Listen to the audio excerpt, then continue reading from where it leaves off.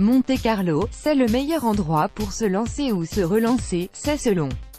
Révélé au monde du tennis en 2002 sur les terres du Monte-Carlo Country Club, Richard Gasquet est en train de s'offrir une petite résurrection grandeur nature dans le sud de la France en cette année 2018 bien particulière.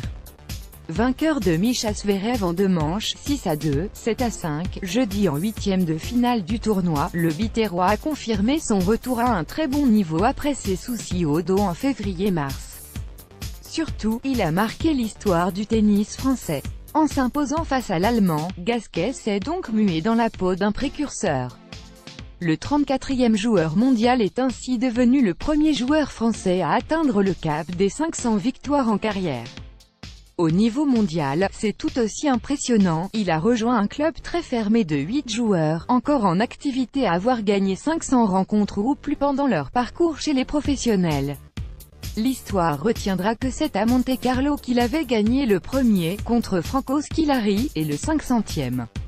Un autre Zverev au menu en quart de finale pour battre Zverev. Gasquet, dernier représentant du tennis tricolore dans le tournoi, a fait dans la continuité de ce qu'il avait produit depuis le début du tournoi et à Marrakech la semaine dernière, un tennis inspiré et de combat. Auteur d'un match solide dans l'ensemble, bien que perfectible, le numéro 3 français a quand même dû se dépatouiller d'un adversaire imprévisible. Bon au service et très bon en revers, il a fait respecter une certaine logique. Dominé dans le duel en fond de cours dans le premier acte, Zverev a d'ailleurs fait du Zverev, il est allé au filet, a coupé les échanges et mis quelques poules dans la tête du vaillant Richard. Ce dernier a d'ailleurs dû sauver 3 balles de break à 3-4 et une balle de 7-4-5. 2 moments difficiles bien négociés. C'est aussi ça, le Richard 2018 version printemps, il a du plomb dans la tête. Après avoir battu l'aîné, il devra se coltiner Alexander, le cadet de la fratrie Zverev, vendredi, en quart de finale. Une autre paire de manches assurément.